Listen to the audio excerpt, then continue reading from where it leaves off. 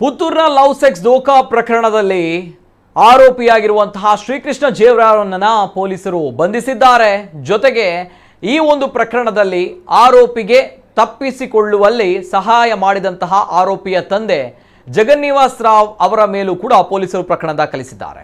ಇನ್ನು ಸಂಜೆ ಮಗನೊಂದಿಗೆ ತಂದೆಯನ್ನ ನ್ಯಾಯಾಲಯಕ್ಕೆ ಹಾಜರುಪಡಿಸಲಾಯಿತು. ಈ ಸಂದರ್ಭ ನ್ಯಾಯಾಲಯ ಪಿಜಿ ಜಗನ್ನಿವಾಸ್ ರಾವ್ ಅಂದ್ರೆ ಆರೋಪಿ ಕೃಷ್ಣ ಜೇರಾವ್ ಅವರ ತಂದೆ ಜಗನ್ನಿವಾಸ್ ರಾವ್ ಅವರಿಗೆ ಜಾಮೀನು ಮಂಜೂರು ಮಾಡಿದೆ.